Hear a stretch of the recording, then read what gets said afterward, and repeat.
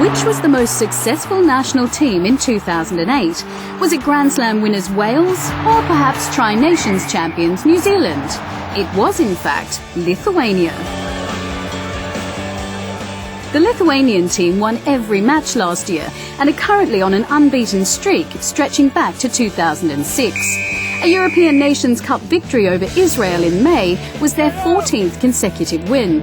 It's a remarkable achievement considering that rugby is far down the pecking order of sports in the country. I chose rugby because I really liked the company, the friendship. In my street, everyone played the game, so we all went together. And along with rugby, I also played basketball and athletics. But I chose rugby because of the very friendly atmosphere, and not because of the big money like you get in basketball.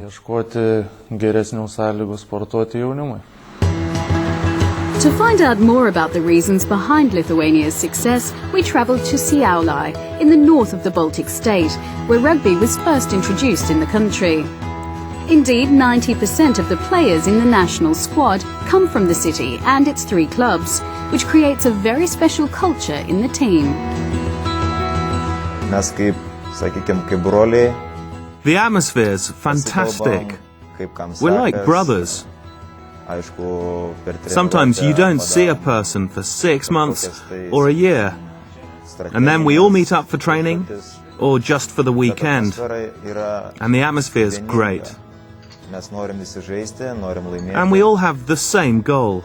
We want to play, we want to win, and be together. And that's why we really are like brothers.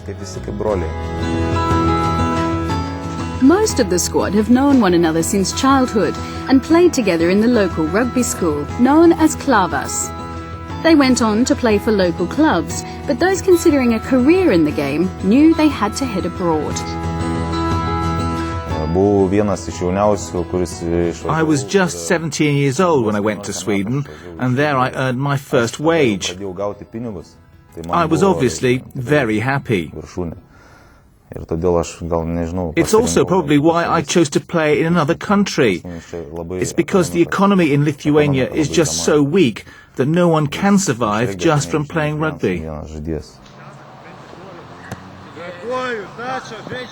For those like Kukulskis who choose to stay in Lithuania, coaching is one way to earn a living and to develop future rugby generations.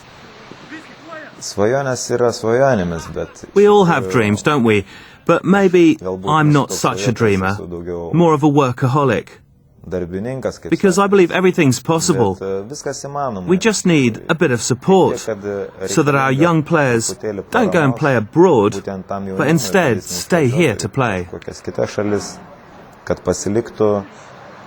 At the moment, though, the national team has more basic problems to deal with. We are just not used to the good life, but then again we just don't need a lot. We'd be happy just having a new strip, and that's because we've been playing with the same old kit for the last 5 years, so it's almost a world record.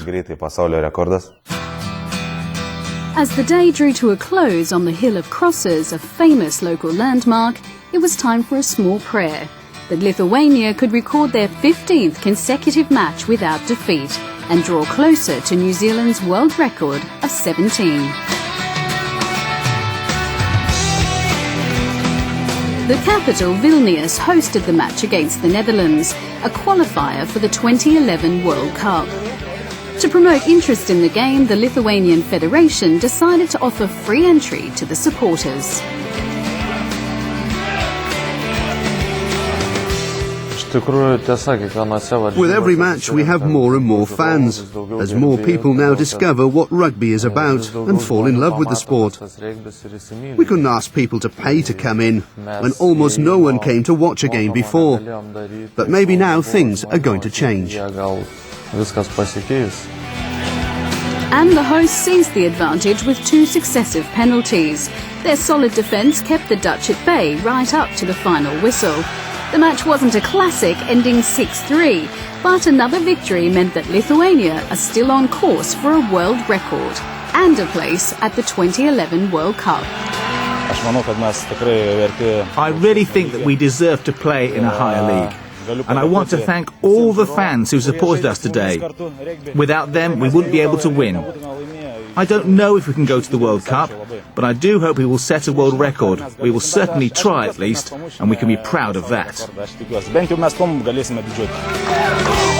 Lithuania's next match on the qualifying route to New Zealand will be against the winners of European Division 2A in May next year.